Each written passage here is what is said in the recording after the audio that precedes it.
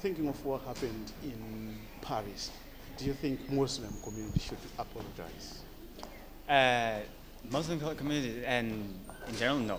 I mean, the thing is, just like there's a difference between radicals and actual Muslim people.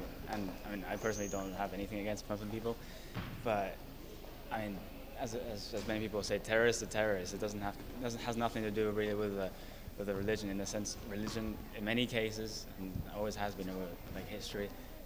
I see it as it's always been like a kind of an excuse for political reasons sometimes. So I think, yeah, in this case, it hasn't had much to do with the religious thingies. I mean, in a sense, terrorists will be terrorists, and it doesn't really matter. Okay. About like their religion, really. So, not at all.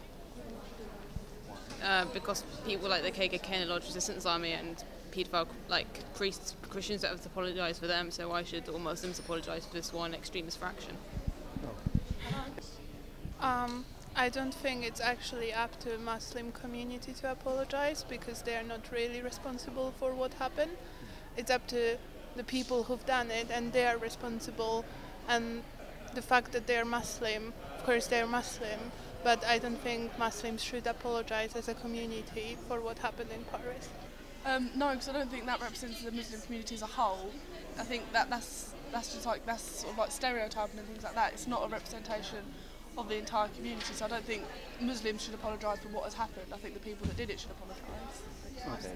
Yeah, like if it was like a Christian or whatever who did that, there wouldn't be all of this.